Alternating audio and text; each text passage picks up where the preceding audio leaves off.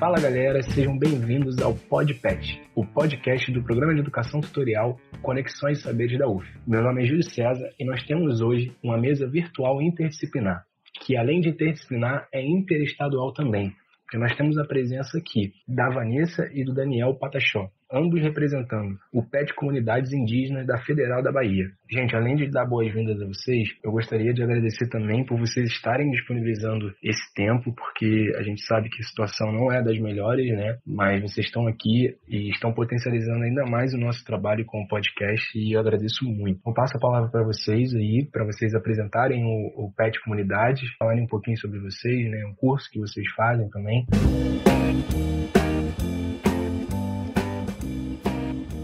Olá a todos e a todas, me chamo Vanessa, sou Patachó aqui do povo Patachó de Coroa Vermelha, no extremo sul da Bahia. Atualmente estou concluindo minha graduação em fisioterapia na Universidade Federal da Bahia e faço parte do PET Comunidades Indígenas. Nosso PET esse ano completa 10 anos de existência e resistência. Nosso programa ele é voltado todo para as temáticas indígenas e ele é composto exclusivamente por estudantes indígenas oriundos de comunidades. Então a gente tem petianos de várias comunidades, principalmente aqui da Bahia, onde a gente desenvolve trabalhos relacionados à temática indígena. E agradeço pelo convite e espero que seja proveitoso para todos.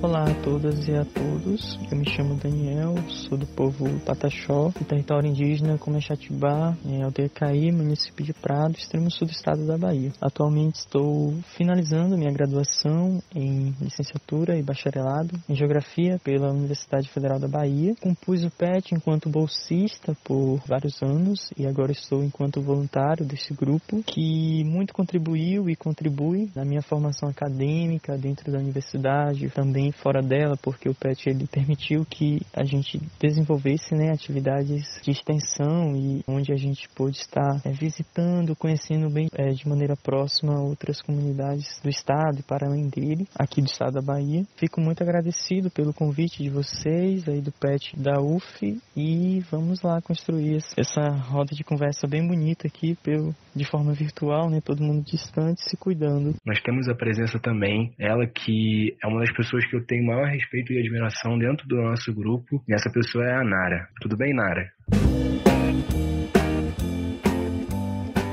Fala galera, é muito bom estar aqui com vocês, participando do PodPet. A galera tá bem empenhada, é um prazer ter os meus parentes patachós aqui nessa conversa com a gente. Muito bom discutir essa temática, popularizar, na verdade, essa discussão, porque não é um assunto para ficar só entre a nossa comunidade. A gente precisa falar um pouco mais sobre isso. E me apresentando de fato, meu nome é Nara Santos, eu sou graduanda em licenciatura de língua portuguesa e italiana, estou no PET há 3 anos e meio e hoje vou estar aqui junto com vocês acompanhando essa mesa virtual. Eu estou aqui no Rio estudando, mas eu não sou do Rio de Janeiro, tenho minha origem ali no norte do Ceará, em Itarema, minha família é toda de lá e a gente vem da etnia Temembé. Hoje o nosso povo fica localizado na terra indígena de Passagem Rasa. Meus pais hoje não moram mais nessa terra indígena, mas moram em outra área indígena também, por motivos de sobrevivência.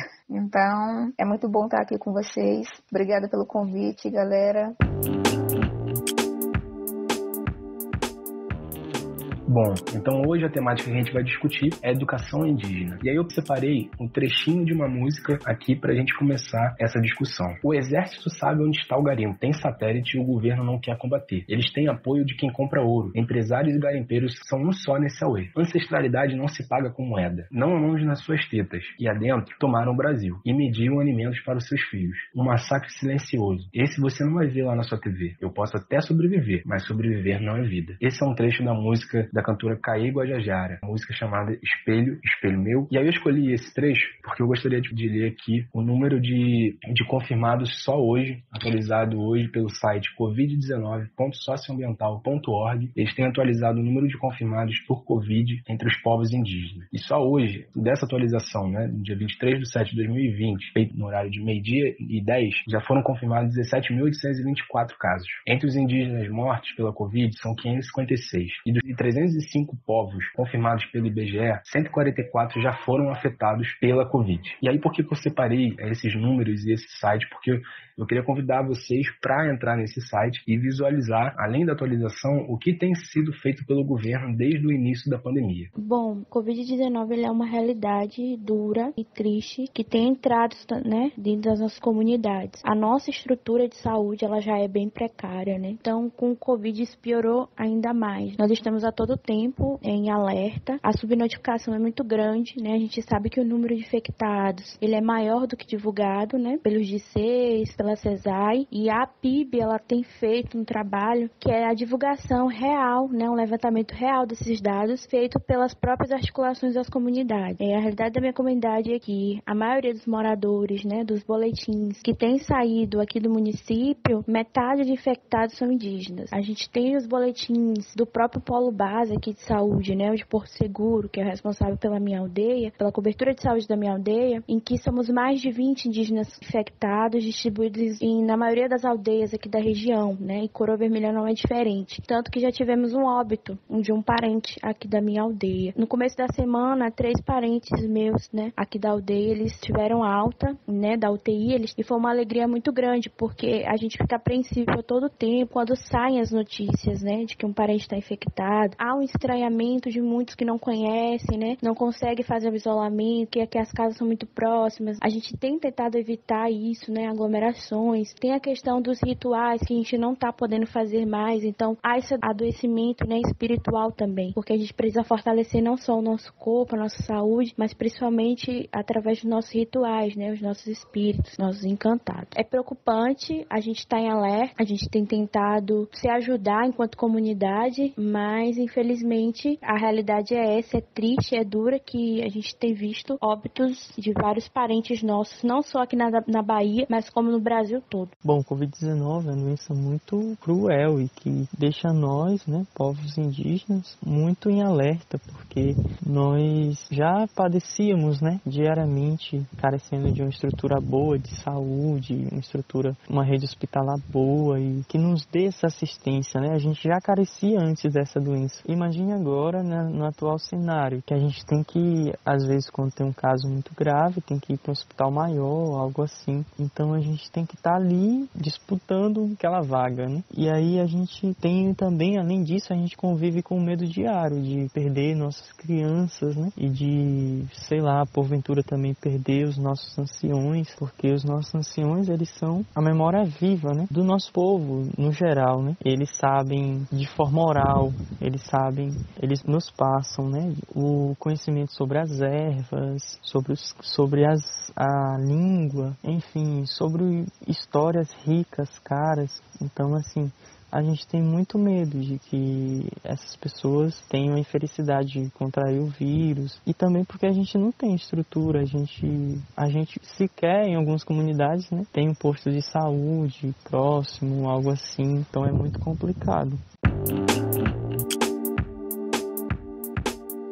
Uma vez feita essa introdução, eu queria ler aqui o artigo 78 e 79 da Lei 9.394, que é uma lei muito conhecida entre nós que estamos dispostos a discutir sobre educação, porque é a lei das diretrizes e bases da educação nacional. E o artigo 78 e 79, ele assegura a discussão sobre a educação escolar indígena. São os artigos referentes à educação escolar indígena. E aí o artigo 78, ele vai dizer que é determinado pela União ofertar aos povos indígenas uma educação escolar bilíngue e intercultural, que fortaleça a valorização de suas línguas maternas, recuperação de suas memórias históricas, proporcionar a oportunidade de reafirmação de identidades étnicas, ainda dando-lhes acesso ao conhecimento técnico e científico. E já o artigo 79, ele vai estabelecer que a União apoiará técnica e financeiramente os sistemas de ensino municipais e estaduais no provimento da educação intercultural às comunidades indígenas.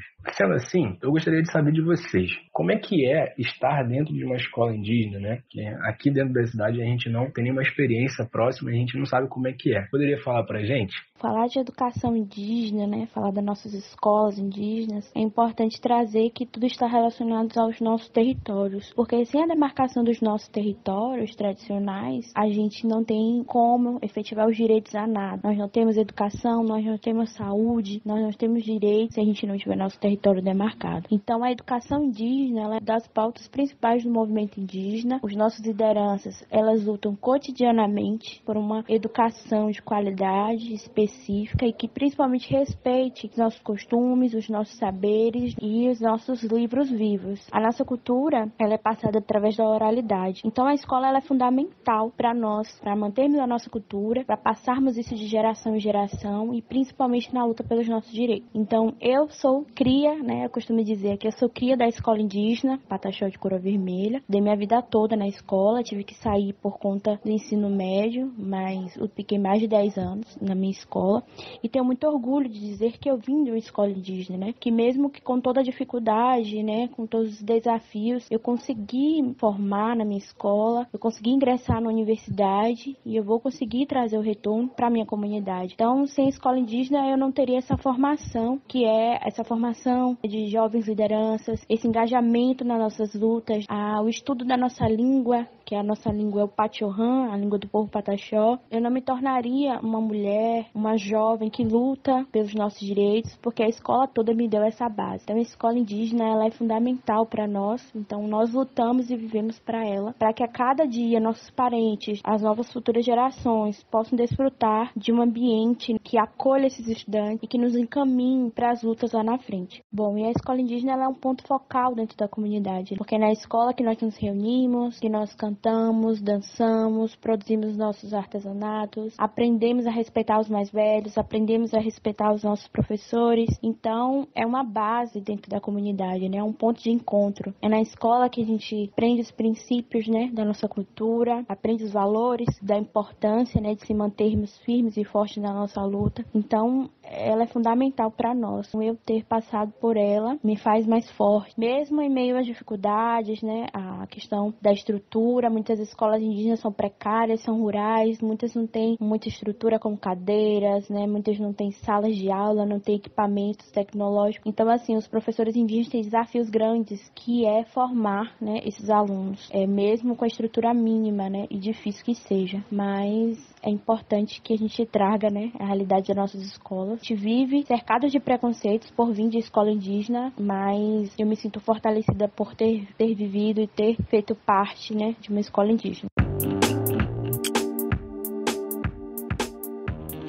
Muito bom esse relato, Vanessa, muito bom mesmo. E aí, Daniel, como é que fica para você que não se frequentou, né? Que você não se formou dentro de uma escola indígena, que se formou dentro de uma escola formal. Como é para você? Quais foram os desafios dentro disso? A escola indígena, ela difere da escola não indígena em diferentes questões. Uma delas, e uma das mais caras e um tanto quanto peculiar, né, se trata sobre o ensino da língua indígena. Também tem outras disciplinas que envolvem sobre meio ambiente, sobre, enfim, que respeita os nossos modos de organização, né, enquanto sociedade, enquanto comunidade, e também o nosso modo de vida no geral. O professor, ele fala da gente como nós somos, né, diferente de outras escolas, as escolas dos brancos, porque eles ensinam sobre índio, né, e aí eu gostaria de citar aqui uma fala muito rica e que expõe muito sobre a gente, né, que fala da gente, de nós indígenas, que é do saudoso professor Daniel Munduruku. Ele fala que a população no geral, né, sobretudo brasileira, ela não conhece a gente, ela não conhece nós, povos indígenas, né, em sua grande maioria, porque ela trata a gente como se nós fôssemos índios. E isso é um equívoco muito grande, muito forte, caro, que nos mata diariamente de diferentes maneiras, porque nós não somos índios. Ele fala assim, nós somos indígenas. A palavra índio, ela não designa o nosso modo de viver, o nosso modo de se relacionar com o meio ambiente, não designa as nossas características. Se a gente for buscar o sentido da palavra índio, ele não tem a ver com a gente, com como nós somos, mas é dessa forma que as pessoas tratam a gente. A grande maioria das pessoas nos trata, a sociedade nos trata de índio, com a intenção de dizer que somos atrasados, que vivemos nus, que a gente não pode ter acesso à comunicação, que a gente não pode ter acesso à saúde, que as coisas têm que ser como se fossem os farelos, né, da comida boa que é ofertada. Então, assim, a gente entende o chamado da palavra indígena, não índio. Porque índio, ele também é um elemento químico, né, da tabela periódica, e ele não tem muito a ver com o nosso modo de viver, as nossas tradições, as nossas pinturas, e é um tanto quanto uma ideia deturpada, né, e antiquada, romântica também, né, dos povos indígenas brasileiros. Bom, Júlio, os desafios, eles foram grandes. Infelizmente, eu não tive a possibilidade de estudar na escola indígena, não foi por escolha minha, mas os desafios por ser indígena, estar dentro de uma escola, dividindo espaço ali com outras pessoas que não são indígenas, outros colegas, foi duro, porque a escola onde eu estudei, ela faz, né, limite, né? Ela está dentro de uma vila que em volta tem uma quantidade grande de comunidades indígenas, mas a escola pouco trabalha sobre a questão indígena, naquele momento, né? Pouco trabalhou, não sei como está atualmente. E a gente, quando sempre tinha uma questão que envolvia a questão indígena, o debate ele era muito caloroso, né, por assim dizer, e também tinha sempre um conflito, né? E além disso, os preconceitos que eu sofri, eles foram diversos, né? E ainda, claro, sempre perduram hoje em dia, mas naquele momento da escola eu lembro com uma riqueza grande os detalhes. Por exemplo, os colegas, eles riam porque eles riam da gente, eles achavam a gente, eu e meu irmão no caso, que a gente sempre estudava junto até uma série, então eles riam porque às vezes a gente ficava dias sem ir para a escola porque o ônibus não ia, porque estava chovendo e tinha ladeiras, o ônibus não conseguia ir, e a gente perdia a aula e eles riam, chamavam a gente da roça, falava, enfim, mas no fim das contas eles brigavam com a gente também porque a gente sempre tirava notas boas, né? Apesar de tudo isso, a gente nunca tirava nota ruim, sempre um dos melhores alunos era a gente, eu e ele. Então esse preconceito, ele existiu muito forte naquele momento. Eu não sabia que era bullying, nem conhecia essa palavra, mas eles faziam bullying, porque às vezes a gente chegava com a roupa um pouco suja de lama, uma coisa assim, e aí o preconceito, ele sempre existiu, né? Ele existia, e isso foi um desafio muito grande, porque a gente tinha que entrar na discussão, às vezes, porque os professores, eles queriam falar sobre a temática indígena, mas queria trazer um exemplo de um povo lá do norte do país, sendo que aqui, né, tem povo indígena, tinha estudante indígena, né, ali dentro daquela sala. Todo o tempo a gente percebe também que existe essa posição de algumas escolas, por exemplo, falando da minha realidade, com a intenção de abafar essa discussão por aqui, né, sobre porque a terra indígena ainda está em processo de demarcação, estava lá e está ainda. Então, sempre teve essa negação da nossa existência, e isso é algo ainda muito recorrente. Mas eles sabem que a gente existe, né? Só não querem citar, não querem comentar. Então, a temática da educação indígena, ela é uma temática bem cara, uma temática muito importante, porque é a escola que nos dá a base realmente para conhecer aquilo que tivemos na nossa história, para conhecer os nossos costumes. Hoje, a escola indígena do meu povo, eles não têm aula sobre nossa língua materna, porque nós perdemos isso com o passar do tempo. Eu não estudei em escola indígena, mas estudei em uma escola onde eu tive vários parentes de outras etnias, e a gente se reconhecia e se conhecia através do outro, mas não tivemos essa manutenção dos nossos conhecimentos específicos de cada etnia, das nossas línguas, do que era da nossa cultura. Então isso foi um ponto em que nós perdemos, mas essa escola era uma escola próxima a uma área demarcada. Então existia um tratamento diferenciado, não é simplesmente como você está numa escola onde as pessoas não conhecem nada da temática indígena, onde as pessoas olham para você com esse olhar índio, você é índio. Não, existia um apoio, um acolhimento, e eu lembro muito de um professor, o professor Alencar, e ele sempre falava pra gente, olha, não se deixem limitar, vocês podem e devem lutar pelos direitos de vocês. Então isso me marca muito quando eu estava ali no segundo ano do ensino médio, e eu tive um professor que era um professor que se afeiçoava as questões da causa indígena e sempre falava com a gente nesse tom de apoio e de saber quem éramos nós, que nós não éramos igual à maioria das pessoas que estávamos ali na escola, que tínhamos conhecimentos diferentes, e ele tentava aproveitar isso de uma forma que o nosso conhecimento, que o nosso ensino, ele fosse interdisciplinar como são os nossos pets. Eu sempre penso que a educação indígena, ela é a forma mais natural de educação interdisciplinar que você pode ter, porque é algo que não é deslocado da realidade. A educação indígena, ele é totalmente focado na sua realidade. E a interdisciplinaridade é isso, é unir teoria e prática. Os nossos conhecimentos, eles são fundamentados nisso. Na verdade, a gente une tudo aquilo que é a sabedoria prática dos nossos antigos e meio que usa isso como forma de teoria e uma forma de oralidade para passar isso adiante para os mais jovens. Nesse ponto, a escola, ela é crucial. Agora, como é que fica? Porque a gente viu a diferença entre a escola indígena e a escola formal, né? Se é tratado em relação a isso. Agora, como é que fica no contexto universitário? Você sai da escola, vai para a faculdade, como é que vocês foram recebidos? Bom, como o parente Brendo Tuxá sempre diz, né? Passou, agora é luta. Começa com uma adaptação muito forte, que é, na verdade, um impacto muito grande, que é a saída, né, dos nossos territórios, a saída das nossas aldeias, para poder ir para uma capital. No nosso caso, a universidade, o nosso campus fica em Salvador, na capital. É uma viagem no meu território para Salvador, mais de 13 horas, então é bem longe, um dia de viagem. Assim, tem essa questão, né, de deixar a família, ficar longe da comunidade, então tem toda essa questão de ter que sair da nossa aldeia. A minha sorte, particularmente, é que a minha irmã mais velha, ela já tinha ido anos antes, em 2010, ela já tinha ido tentar a UFBA, né, na época que não tinha o sistema de cotas e que era vestibular, era via vestibular e que as fases eram meio difíceis, então ela conseguiu ingressar em 2010. Já tinham também as parentes, né, primeiras indígenas a cursar o ensino superior lá na UFBA, né, que foi as parentes Anari e Arissana, que foram em 2005, né, 2004, 2005. Então já tinham parentes lá daqui da aldeia que já estavam cursando lá. Então nós não temos uma residência indígena na UFBA ainda, né, nós temos um espaço específico para indígenas. Então como é que era? E ainda é. Os parentes que já estão na UFBA, eles acolhem os estudantes que chegam, né? Encaminham, ajudam, acolhem mesmo, emprestam dinheiro, ajuda com passagem, ajuda com alimentação, até a gente conseguir se manter, né? Conseguir as ações afirmativas da universidade para poder se manter. Aí depois a gente se alojar, né? Conhecer a cidade, tem a questão das aulas, né?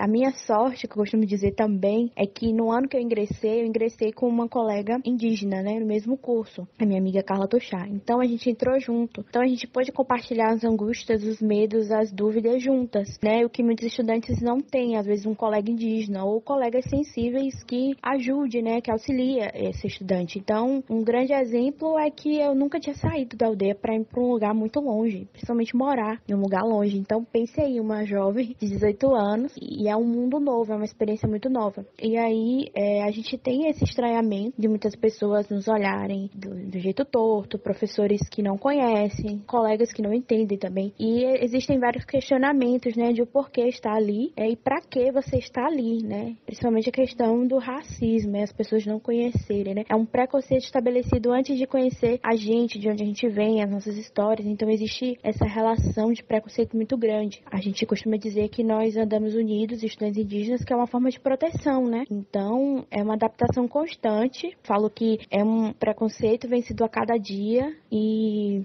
a gente tem se fortalecido enquanto estudante indígena, né? Nos unindo. A gente tem o Núcleo de Estudantes Indígenas, que é uma das representações indígenas dentro da universidade, e o PET também é uma, onde a gente se fortalece e acolhe esses estudantes. Então, essa relação de universidade, de mudança de estado, de estar longe da família, um divisor de águas, porque eu lembro que há muito tempo eu saí de casa e fui morar em um outro estado. Então, quando eu vim para o Rio de Janeiro, eu já morava em um outro estado, não morava no Ceará. Mas quando eu cheguei no Rio, eu dei de cara com um preconceito que eu não imaginava que existia, que era aquela coisa do, você é do Nordeste, você é Paraíba. Eu sempre ouvi muito falar sobre o preconceito com o nordestino, mas eu nunca tinha vivido isso. Quando eu cheguei no Rio, isso foi uma das coisas mais fortes que eu ouvia sempre, principalmente na universidade. Pessoas do Sudeste, eles têm muito essa coisa com o povo nordestino. Então, uma das minhas formas de resposta era sempre o seguinte: desculpa, mas você não tem geografia na escola? Porque Paraíba é um estado totalmente diferente do Ceará, que é de onde eu venho. E eu tive a oportunidade de conhecer uma amiga da Bahia no início do curso, que também passava pela mesma coisa. E as pessoas não faziam uma diferença. Essa minha amiga é negra e eu sou indígena. As pessoas não faziam essa diferença. Mas existia essa questão do preconceito com relação à nossa regionalidade, no nosso local de origem. Agora existe o outro lado da moeda, que é quando você fala, eu pertenço a uma etnia indígena. Automaticamente, quando você fala isso, se declara indígena, As pessoas têm uma percepção sobre você totalmente distorcida. Aí vem aquela pergunta, por que você não se pinta? Por que você não anda vestido assim? Por que você não usa isso? Por que você não usa aquilo? Isso é uma violência. Eu lembro que eu estava numa aula de didática com vários alunos da licenciatura, com a professora Sandra Maciel, e caiu uma discussão sobre pessoas indígenas. Quando eu falei isso, a turma inteira me olhou, e eu lembro que um garoto olhou para mim, e naquele momento eu me senti completamente despida, porque ele olhava para mim com uma expectativa de que eu não poderia estar ali. E se eu estivesse ali, eu deveria estar vestida a caráter. Aquilo foi muito agressivo, foi uma das coisas que mais me marcou na universidade, com relação à expectativa que as pessoas na universidade têm em relação aos indígenas. Existe um estereótipo criado que as pessoas esperam que você corresponda a isso. A gente fala que a universidade ela é um local totalmente plural, um local onde você vai ser aceito, um local que está de braços abertos para te receber, um local de produção de conhecimento, onde tudo é muito bonito. Mas quando você chega e se depara com essa realidade, e você vai vendo como as outras pessoas vão te tratando e como os seus parentes vão sendo tratados, você entra meio que em choque. Se você não tiver um bom psicológico, se você não se blindar de alguma forma, muita gente entra na depressão, muita gente acaba desistindo, está longe de casa, está longe da família, está longe dos seus valores de origem, da sua cultura, da sua alimentação, daquilo que você cultiva, é muito difícil. Se você já não tem essa estrutura e você chega em um local onde as pessoas te rechaçam, é muito difícil você se manter estável. A universidade é um local difícil pela convivência com o outro, por você ter que se adaptar a uma realidade completamente diferente, de rotina de trabalho diferente, de rotina de estudo diferente. E aí vem esse combo, é uma realidade totalmente diferente. Todo dia a gente passa por uma vitória, todo dia é um marco na nossa trajetória. Quando a Vanessa fala que a gente vem com essa bagagem, a gente é constituído dessa experiência com a nossa comunidade, com a nossa família. Então, não dá pra gente se despir do que a gente é porque a gente está longe. O estar longe de casa, no momento, é uma necessidade. E não dá simplesmente para você falar que esse distanciamento territorial que a gente vive no momento, hoje eles estão na comunidade deles. Eu não estou na minha. Eu continuo nesse distanciamento, mas eu não deixei de ser quem eu sou. Eu não deixei de pertencer àquele povo. Eu não deixei de trazer os conhecimentos da minha avó, que me ajudaram até hoje. Eu não deixei de trazer os conhecimentos dos meus pais e de outras pessoas da minha família que vivem lá. Essa necessidade de manter esse conhecimento, de permanecer quem você tá por inteiro numa luta. É porque é uma luta realmente não se perder de quem você é. Esse é um desafio diário na universidade, fora da universidade, em qualquer lugar que você esteja.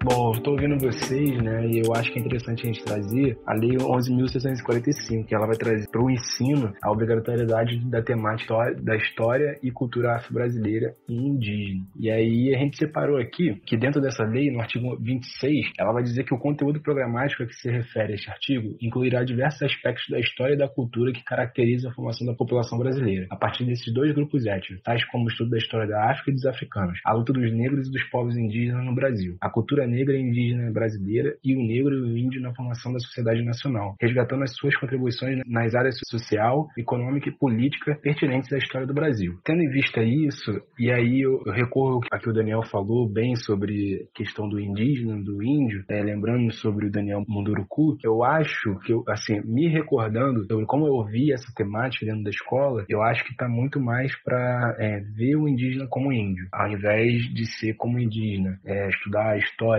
efetiva, né? E aí eu queria saber para vocês, como é que vocês acham que essa é lei para inglês ver, ou como é que ficam para vocês isso? Ainda sobre essa coisa de lei para inglês ver, eu acho que mais do que isso, a gente tem que pensar em construir história, fazer história para brasileiro, para o nosso país. E pensando nisso, eu olho toda essa trajetória escolar e me pergunto de que forma a gente está construindo conhecimento sobre a nossa cultura, sobre o nosso território, sobre o nosso país. Eu acho que, vendo aquilo que a lei pede, a obrigatoriedade, o cumprimento da lei, a gente tem fracassado vergonhosamente. A gente não tem conseguido aplicar isso na sala de aula da escola básica, na universidade, de forma nenhuma. Dentro da nossa sala de aula, nós não temos referências do nosso povo, da nossa identidade. O que nós buscamos hoje? Eu olho para as pessoas e o que eu vejo que elas buscam eu busco referências do outro lado do oceano. americano, mas eu não busco referências dentro do meu país.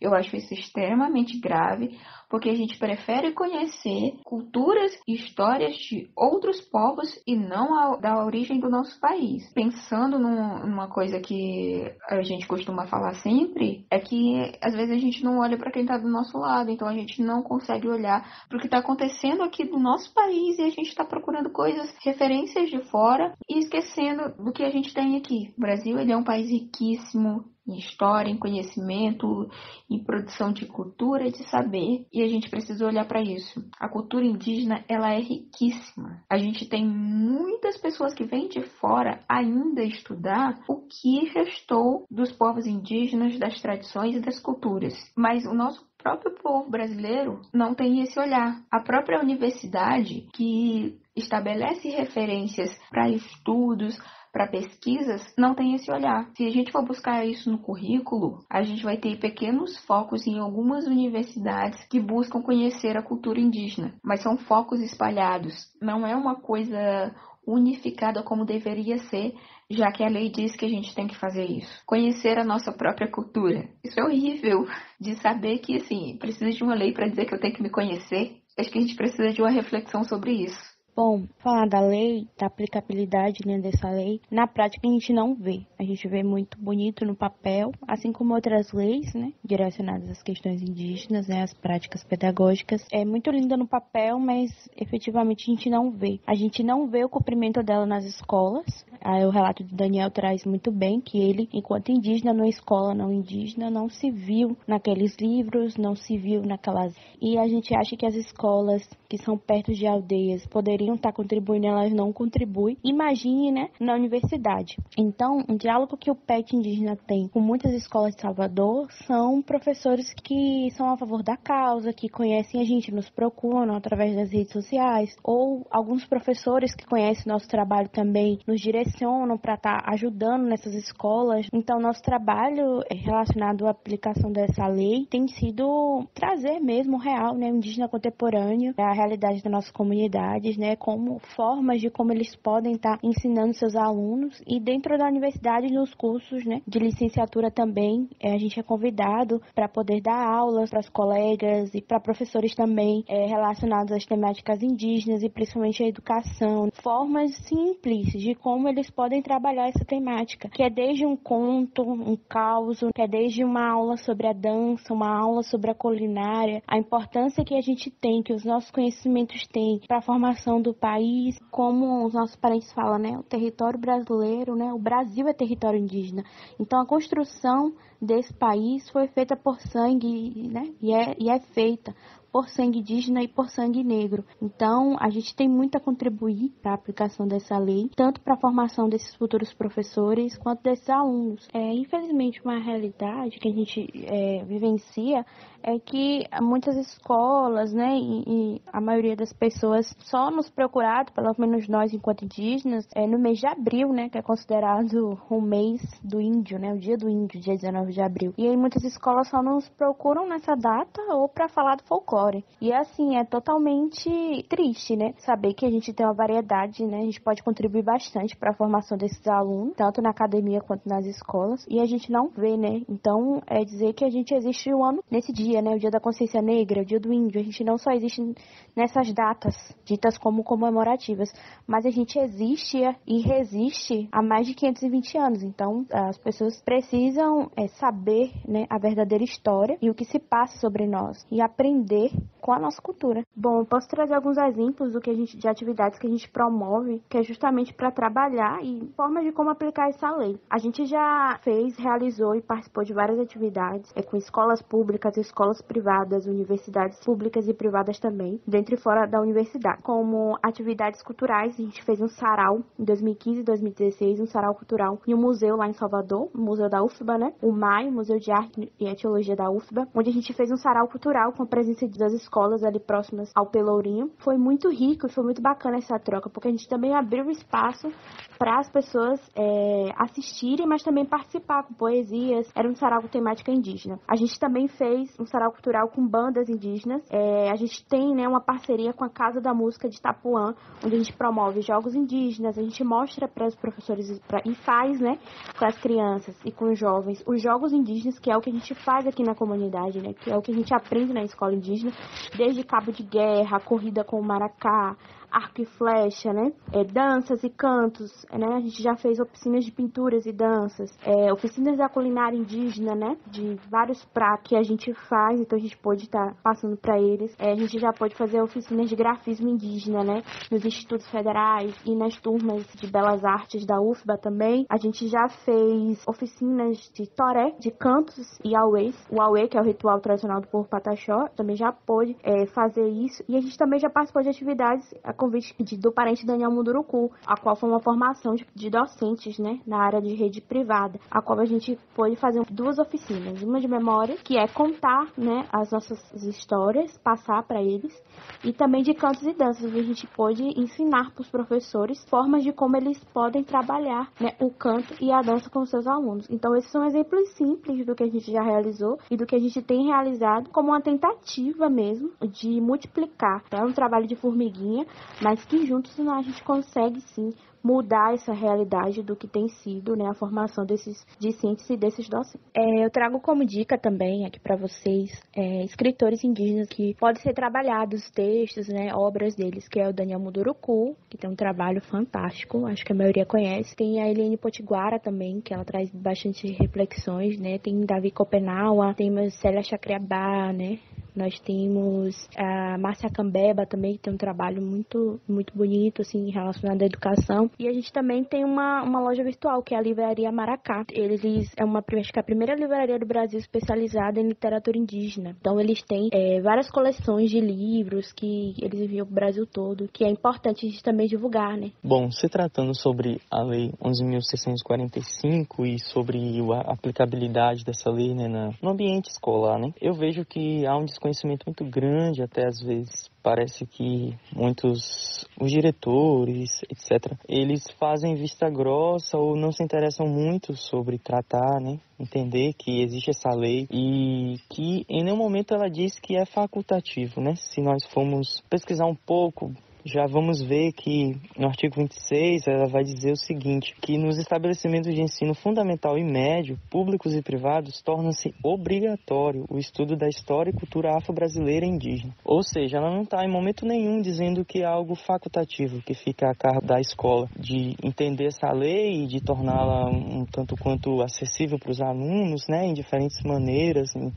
em conteúdos nas diferentes áreas, né? Porque como as parentes já falaram aí, a Nara, a Vanessa, nós, povos indígenas, nós temos um conhecimento muito diverso sobre o mundo, sobre o modo de viver no geral, na ciência, na matemática, na química, na história, na literatura. Nós temos um conhecimento muito diverso e rico também. E tem chances, né? Também potencialidade para poder estar adentrando nesse espaço da escola, né? Tanto ela como a própria lei diz, no público ou no privado, no ensino médio ou fundamental. É obrigatório as escolas entenderem que existe essa lei e aplicá-la, né, e colocar em seus conteúdos. Aí eu já vou um pouco para a discussão sobre o projeto político-pedagógico, por exemplo, da escola, porque a gente sabe que muitas escolas elas não têm esse projeto, muitos ainda estão em construção. Eu falo isso com a experiência que eu tive nos estágios iniciais lá em Salvador, né, que a gente tem uma parceria com a escola pública, e quando a gente chegava pro diretor da escola, né, eu e meus colegas do curso de licenciatura em Geografia, quando a gente ia questionar sobre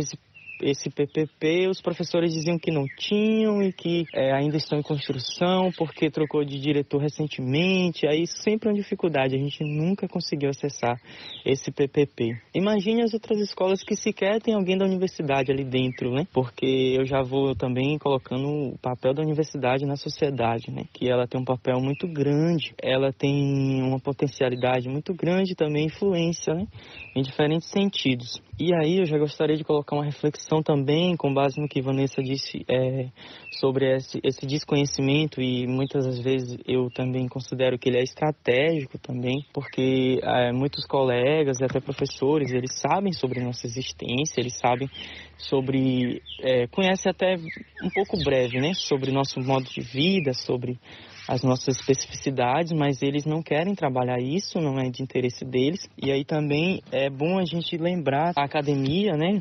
Não só porque é na universidade que ela vai ser o conhecimento máximo ou único, né? Existem diferentes formas de conhecimento. E eu também percebo que tem muito equívoco por parte da universidade, né? Da academia. Falando assim um pouco da experiência que eu tive e que estou tendo, né? Dentro da minha universidade, da universidade que eu estudo. Eu percebo isso nas falas de alguns professores, por exemplo.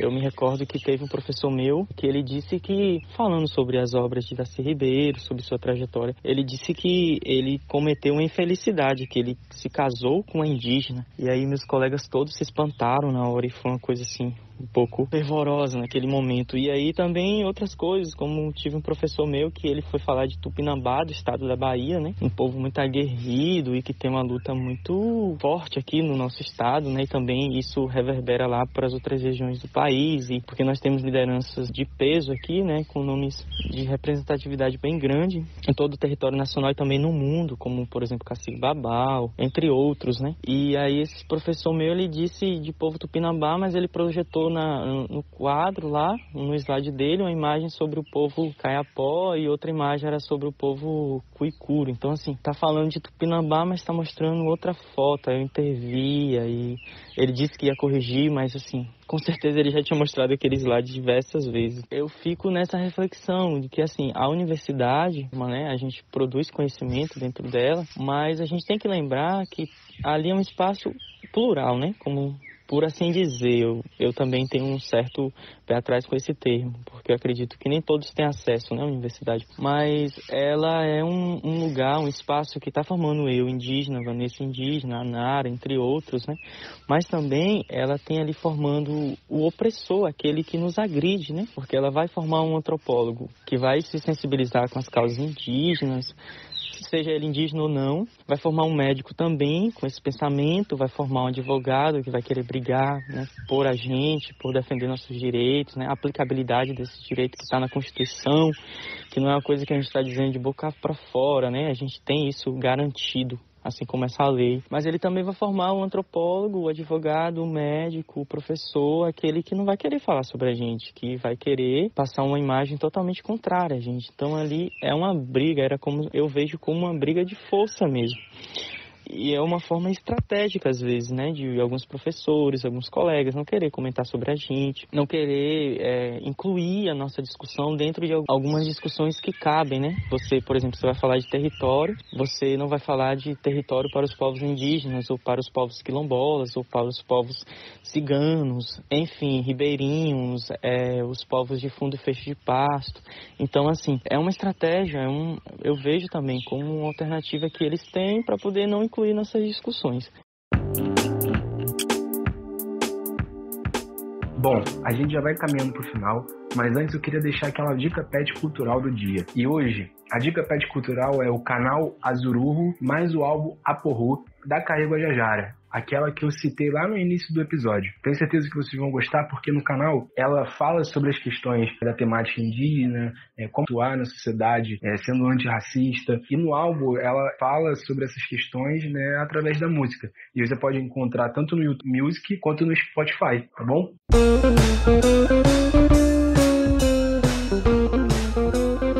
Daniel e Vanessa, quero agradecer muito a presença de vocês aqui, a disponibilidade de enriquecer o nosso trabalho, como eu já falei, é muito importante pra gente nesse momento de estar fazendo essa troca. Espero que em pouco tempo, muito breve, a gente possa estar aí compartilhando mais ideias e conhecendo o lugar de vocês. Muito obrigado. E Nara, que é petiana da casa, muito obrigado também, Nara. Espero que você possa estar em outros episódios com a gente, contribuindo de outras formas também. Posso deixar de divulgar os nossos canais de comunicação. Nós estamos no YouTube com o canal Por Uma Outra Escola e no Spotify também, onde você pode estar ouvindo nosso podcast. E para nos acompanhar, nós temos postagens diárias no Instagram através do petinter.uf. Eu passo a palavra para você, Vanessa, e para você, Nara, se despedirem. E Vanessa, se puder, divulga também o seu pet, para a galera conhecer o Pet Comunidade lá da Bahia. Acredito que vai ser muito legal e acrescenta bastante também.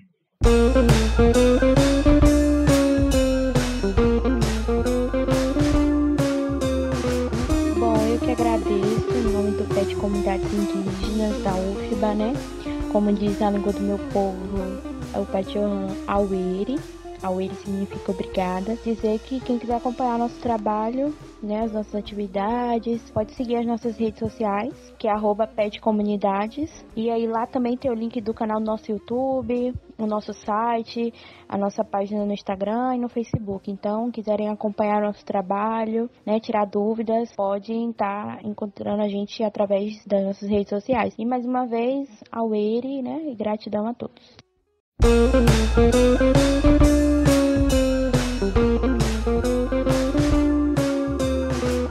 Gente, de todo o meu coração, gratidão por esse momento, gratidão por essa partilha.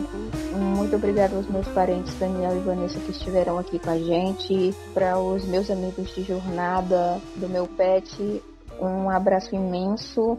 Que vontade de estar junto com vocês, que saudade dos nossos momentos de partilha na nossa salinha, e o nosso trabalho está ficando bem bacana e ele vai melhorar a cada dia que passa. É um trabalho coletivo, ele demora um pouquinho de tempo, mas é feito com muito amor e carinho para todos aqueles que estão compartilhando desse podcast nas redes sociais, ouvindo no Spotify, divulgando.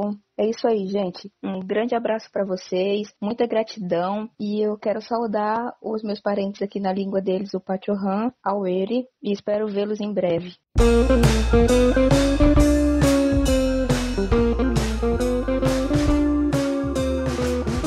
Bom, gente, sou eu quem agradeço em nome do Pet Comunidades Indígenas da UFBA. Muito obrigado a todos vocês por esse momento tão rico e importante, né, na nossa construção, e ao Aweri também. E gostaria de deixar aqui uma reflexão que eu li em um trabalho de uma antropóloga muito responsável com nossa luta, né, que foi no trabalho da Daniela Larcon. Ela trata sobre as questões das retomadas indígenas no território Tupinambá, aqui do estado da Bahia, da Serra do Padeiro, mais especificamente. E é quando um indígena lá, um parente, ele falava sobre processos de caracterização, né, da nossa luta e da nossa existência. Ele falou assim: os índios velhos foram embora, agora ficaram os modernos, porque a gente é igual filho de banana, ou seja, filho da bananeira, né? Morre um e nasce outro. E é exatamente isso, né? Nós somos responsáveis, né, por carregar essa luta e esse ensejo também de continuarmos na luta, né? Existindo e brigando por tudo aquilo, de diferentes maneiras, né, também, por tudo aquilo que nós acreditamos e a gente tem direito, né? Então é um Muká Mukaú, em Patiohan, que significa unir e reunir. Então, muito agradecido por todos vocês. Aí agradecer a Vanessa também por contribuir conosco, né? Comigo, e o Júlio, enfim, todos vocês aí, a Nara, do Pet UF. Muito obrigado. Até mais. Gente, agradeço a presença de vocês, todos estão contribuindo com a gente nesse podcast. Já estamos no 5º episódio e isso só está acontecendo pelo feedback, pelo retorno de vocês que estão comentando, compartilhando, e o Pet agradece muito. E é isso aí. Muito obrigado, um abraço a todos e um grande beijo. Tchau, tchau.